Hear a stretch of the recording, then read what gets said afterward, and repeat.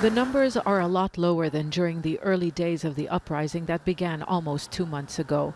But protests against the governing elite persist in some areas of Lebanon, especially after it was announced that formal parliamentary consultations to appoint a prime minister to head a new government will be held on Monday.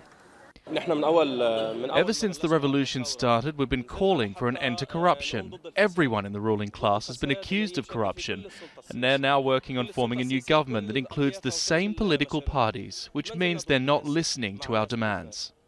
Samer Khatib, a successful businessman with no political experience, is likely to be nominated for prime minister. His ties with the political elite has enraged protesters. His name emerged after caretaker Prime Minister Saad Hariri withdrew his candidacy. His condition to head a government independent of political parties was rejected by the governing alliance. Mr. Khatib has been the second choice for the political powers, namely Hezbollah and their allies. They would have preferred Hariri to head this new government because they need this national unity government. They need the Sunni cover actually to face the international pressure. It's not just protesters who are against Khatib's nomination. The Sunni religious establishment hasn't endorsed him. The post of prime minister is reserved for a Sunni Muslim in Lebanon's sectarian power-sharing system.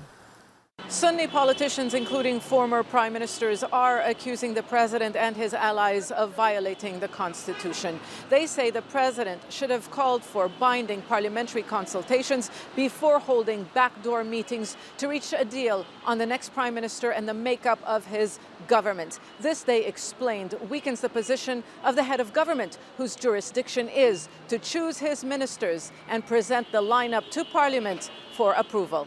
Whether Monday's meeting will go ahead isn't certain. The governing alliance is led by the Iranian-backed Hezbollah group, which is a target of U.S. sanctions. It knows a government that doesn't have the support of all sects and is seen Hezbollah-led or controlled is unlikely to receive the international financial assistance that is badly needed to revive the economy. Zeina, Khodr, Al Jazeera, Sidon, South Lebanon.